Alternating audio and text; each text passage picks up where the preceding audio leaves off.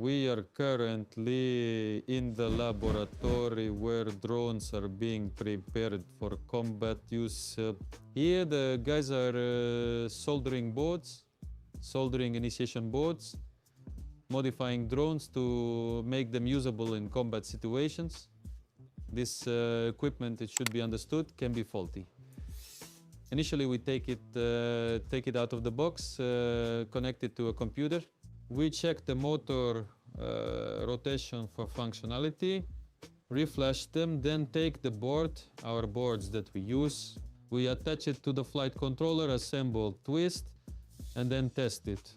It takes about 15 to 20 minutes to fully prepare one drone, and that's without flight testing. If with flight testing, then it's half an hour. The whole day soldering just requires a bit of perseverance. It's difficult, but we all know what we're doing. Why? Here the guys are assembling drones that are ready for flight tests and checking the board initiation for functionality. Then they are sent in batches for flight at the range. Next we will go inside, where we charge the batteries and where we print the necessary elements on the director.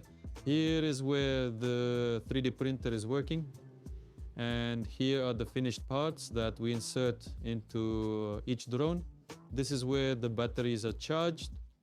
On average it takes a few hours to properly charge one battery. So there are many chargers here, many batteries. We were working with 3D printing, which we ordered from people who have a printer. We also ordered necessary parts from printing services, but decided that we needed to have our own, where we would print the necessary elements, so it also works quite often. Currently it is producing tails for antennas and antenna holders used on drones. This modification of the 3D printer costs about 100,000 and about, if I'm not mistaken, 3,000 to refill it. Some models for printing we create and design ourselves. Some we modify. We redraw from ready-made STL files to those that will be more comfortable for us to use. And we print it and then install it. During the previous rotation, we used a minimum of 20 drones per day. So on average, it was around 20 to 25. The maximum exceeded 30.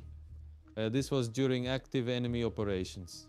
When there were assault operations, these 20 drones flew in within 2 to 3 hours of conducting active operations. The drones we receive could be used immediately in combat conditions, but because the enemy's electronic warfare is quite active in different sections of the front, we have to adapt and simply modify these drones. The story with electronic warfare is such a frequency race. Who jumps where, which frequency they choose, and thus you find loopholes for them to take flight. Even mentioning the cost of the same battery, which is an integral part of the flight itself, it can be less than 3,000 hryvnias. So a standard set will be approximately from 12, possibly up to 15. So on average, the drone itself will cost, well, let's say 18,000 hryvnias. And there are 20 drones, one way or another. That is, it will cost her 350 to 400,000. We are currently in the workshop where combat units are being prepared for deployment. Right now, I am holding a standard 7-inch FPV drone. On average, it carries a weight, depending on the flight, from 800 grams to 2, even 2.5 in some cases. This is an 8-inch drone. Accordingly, the payload weight can be the same, but the flight distance increases. In this regard, you can experiment with heavier, larger batteries, as well as with the payload. either by increasing the weight of the ammunition or by increasing the flight distance. And there is a 10-inch drone. The largest one we currently use is even larger, but we use the largest 10-inch drone. It carries an average payload of 3 kilograms. A bit about the ammunition. It is a standard fragmentation munition. Its weight is about 1,000 to 1,200 grams. We also use shrapnel munitions of this type, like monkeys. There are damaging elements here. And also the explosive material. The striking elements look like this.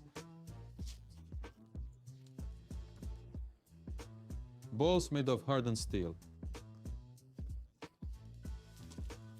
If we take for example, such pellets, during the explosion there is combustion of the elements that are in the fragmentation part. And accordingly, if these elements will be uneven or have any sharp ends, accordingly they will burn up.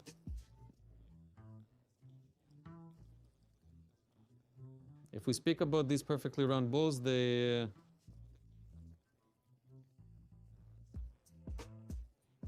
fly and hit the enemy more effectively. Initiation occurs at a remote tip, and this is how we attach them to the drone. Accordingly, all striking elements go down. There are biopyrotechnic thermite igniters that work as follows. The initiation of the explosion occurs, and the thermite begins to gradually burn. On average, it burns for about a minute. Each munition is for a separate task. When preparing for a flight, certain drones with different munitions and modifications are already prepared.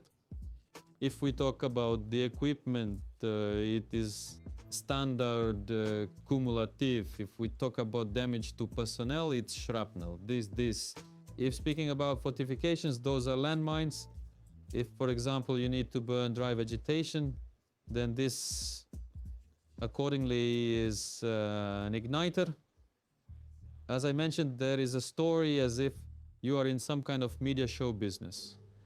You have to show a quality picture, definitely record a video of how you kill a bot god, definitely show it to someone, and you should get money for that. You can publish, for example, gathering in the 20s, when the salary will be in the 30s.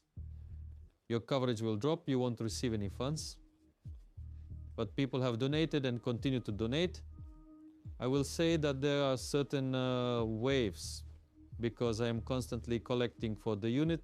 There are certain waves when people donate more or less, but overall most of what is here was purchased with volunteer funds, with funds provided by people, those who are compassionate, who help. It really works this way. It really works that people want to see dead Russians. They are willing to pay money for it. Here you don't need to download some Tor and watch bodies explode. You just pay money and get videos with cuts and meat. We live in such times when death as such became well normalized. And here, when we talk about confronting the enemy, no moral questions arise. People want to see bread and circuses. It's much easier to donate when you see dead Russian in the camera or some burning equipment.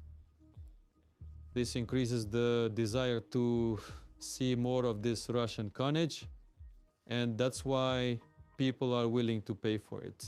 The way we came together as society around the war, especially noticeable at the start of the full-scale invasion. Those who stayed here in Ukraine, how they united those who are not from here. So it was truly phenomenal. The situation eased a bit after the Russian troops left the Kiev region. There was a certain feeling that everyone began to live in their own world.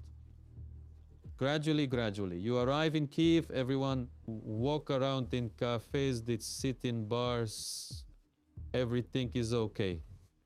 By donating money, they understand that they are not in the trenches, they are not fighting, and in essence, they comfort themselves with this payment.